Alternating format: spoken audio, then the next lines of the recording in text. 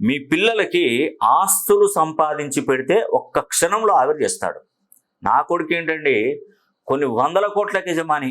వాడు అసలు వానికి పేరు కరెక్షన్ వద్దు, వాడికి ఏదో అవసరం లేదు. వానికి ఎందుకంటే అవసరం, వాడు చదవని చదవకపో నేను సంపాదించిన ఆస్తే తినడానికి కొన్ని సంవత్సరాలు పడుతుంది అంటారు.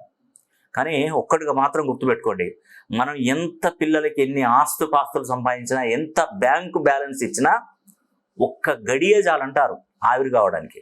అవునండి, రోడ్డు మీద వచ్చి పడడానికి ఒక్క గడియ చాలు, అంతేనండి. ఇప్పుడున్న సిచ్యువేషన్లో అదే.